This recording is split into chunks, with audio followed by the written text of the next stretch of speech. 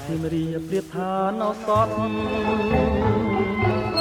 ការខ្ញុំប្រតិទណ្ឌការបាត់ដំបងដល់ចិនគំរួញគួយគិនគេងផ្សងតែបាត់ដំបងបងស្មាចំបាឥឡូវបានយល់ចំពេសៀមរាបក្រអូបស្រួតជ្រាបពោពេញអរាបងបានស្បាយពីរឿងស្នេហា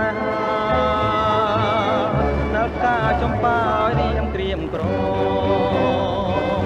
រយព្រួយរយនឹករយសែនទន្ទឹង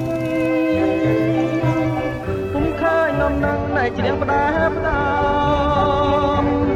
កន្លងក៏ទៅជាយូរខែឆ្នាំតើឲ្យទ្រាំចាំ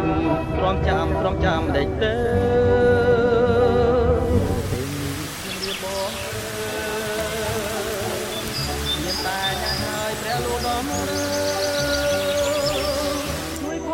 តាមពិតទៅយើងមិនចាំបាច់តទៅខ្លាចទៅជាអ្នកមានលុយច្រើន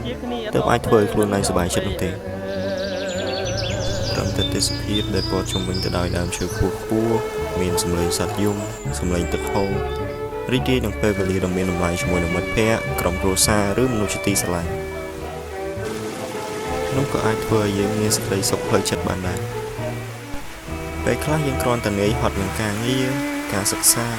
ឬការដេញចាប់ក្តីសម័យរបស់យើងម្ល៉េះហើយយើងគួរតែចំណាយពេលបន្តិចសម្រាប់ខ្លួនឯង